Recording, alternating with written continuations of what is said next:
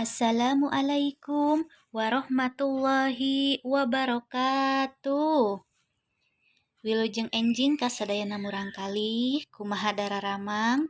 Mudah-mudahan dina dinten ieu urang sadayana dipaparinan kasehatan. Amin ya Allah ya rabbal alamin. Patepang deui ayeuna dina pangajaran basa Sunda kelas 5 nyaeta pangajaran bagian kadua. Lajeng deui ayeuna dina pangajaran 2 ieu nyaeta perkawis nyusun kalimah pananya, yaitu mengenai menyusun kalimat tanya. Tah, kalimah pananya nyaeta kalimah anu gunana pikeun nanyakeun sarta miharep jawaban. Kalimat tanya adalah kalimat yang digunakan untuk menanyakan serta mengharapkan jawaban. Di dieu aya kecapananya.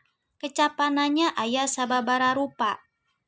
Kata tanya ada beberapa macam. Di antaranya kecapananya naon, nanyakeun barang.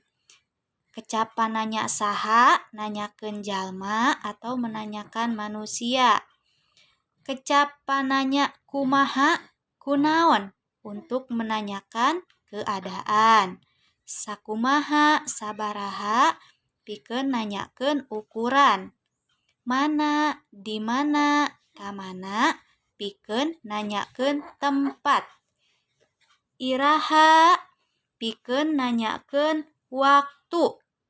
Naha, pikeun nanyakeun kajadian. Lajeng deui ayeuna pokok pikiran. Pokok pikiran nyaeta bagian dina paragraf anu mangrupakeun ide utama tina hiji paragraf. Jadi, pokok pikiran itu yaitu bagian dari paragraf yang merupakan ide utama dari sebuah paragraf. Pokok pikiran biasana sok aya di bagian awal, akhir, atawa awal jeung akhir paragraf. Pokok pikiran biasanya ada di bagian awal, akhir, atau bagian awal dan akhir dari sebuah paragraf. Hatur nuhun kasadayana, tetep semangat dina-dina diajarna. Wabillahi taufiq wal hidayah. Wassalamualaikum warahmatullahi wabarakatuh.